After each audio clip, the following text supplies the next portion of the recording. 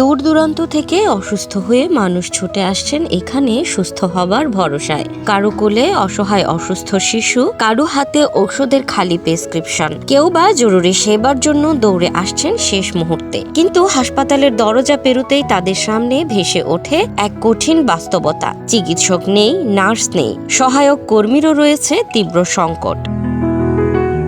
শ্রীমঙ্গল উপজেলা স্বাস্থ্য কমপ্লেক্স, যেখানে থাকার কথা বহু চিকিৎসক ও স্বাস্থ্যকর্মী, বাস্তবে সেখানে রয়েছে হাতে গোনা কয়েকজন। ফলে বিপদে আপদে ছুটে আসা মানুষগুলো পাচ্ছেন না সময় মতো চিকিৎসা, বঞ্চিত হচ্ছেন ন্যূনতম সেবাতেও।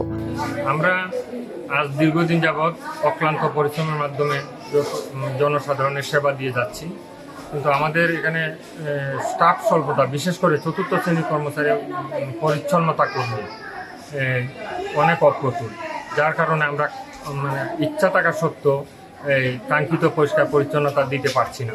তারপরও আমরা চেষ্টা করে যাচ্ছি যাতে ভালো রাখা যায়, রোগীদের যাতে ভালো সেবা দেওয়া যায়।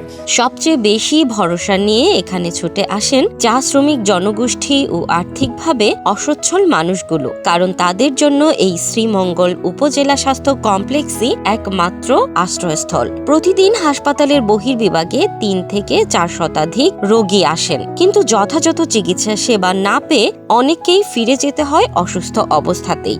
চিকিৎসাটা মোটামুটি ভালোই চলতেছে, প্লাস সেবা যত্নটাও ভালো, কিন্তু ডাক্তার এবং নার্স তাদের সংকট খুব কম। কিছু নার্স ডাক্তার যদি বেশি থাকতো তাহলে আমাদের চিকিৎসাটা আরও একটু ভালো হতো। তারা অল্প কিছু জনের জন্য কিছু লোক থাকায় পুরোপুরি সেবাটা কমপ্লিট করতে পারতেছে না। এখন আমাদের রোগীদের জন্য সবচেয়ে ভালো হইতো যদি কিছু ডাক্তার থাকতো, যেমন ইমার্জেন্সিতে বর্তমানে 3 জন ডাক্তারের দায়িত্ব পালন করতেছে। একজন দৈনিক 24 ঘন্টা করে ডিউটি করে, একজন লোক যদি 24 ঘন্টা ডিউটি করে তার পক্ষে কি ভালো সেবা দেওয়ার কন্ট্রোলের বাইরে যায়। তো ডাক্তার যদি আর কিছু ভালো হয় তাহলে বেশি দেওয়া হয় তাহলে আমাদের জন্য তো ভালো হয়। এবং নার্স পাশাপাশি যখন এখানে যারা কর্মরত আছে আরও কিছু জনসংখ্যা বাড়ায় দিলে আমাদের জন্য সুবিধা।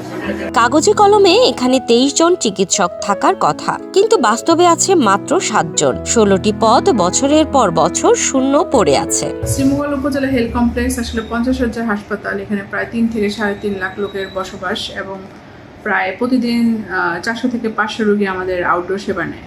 কিন্তু আসলে যে পরিমাণ ডাক্তার আউটডোরে থাকা দরকার সেই পরিমাণ ডাক্তার আমাদের হাসপাতালে নাই। যেমন ধরেন মঞ্জুরিকৃত পদ আমাদের 23 জন থাকার সত্ত্বেও আমরা এখানে প্রায় 7 জন দিয়ে কাজ চালাচ্ছি। আবার দেখা যাচ্ছে যে নার্সের অনেকগুলি পদ শূন্য, তৃতীয় চতুর্থ শ্রেণীর পদ অনেক শূন্য, যার কারণে আমাদের যে পরিমাণ সেবার মান দেওয়ার কথা আমরা ওইভাবে দিতে পারছি না। তো এই কারণে হচ্ছে আমি আসার পর ঊর্ধ্বতন কর্তৃপক্ষ বরাবর অনেকবারই চিঠি দিলাম, কিন্তু আসলে ওই ধরনের জনবল এখন আমরা ওইভাবে পাইনি। তো না পাওয়ার কারণে বর্তমানে যতটুকু যারা আছেন তাদেরকে দিয়ে আমরা সেবা চালিয়ে যাচ্ছি, কিন্তু আসলে যদি আমরা আরও জনবল পেতাম তাহলে আমাদের সেবার মান আরও অনেক বেশি ভালো হতো।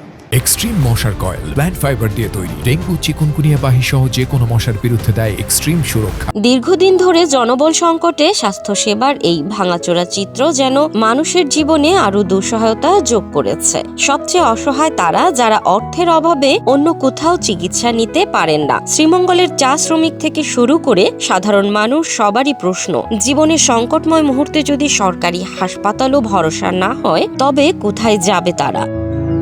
সবুজ চায়ের জনপদে মানুষের বুক ভরা দীর্ঘশ্বাসই যেন এখন স্বাস্থ্য সেবার সবচেয়ে বড় পরিচয়।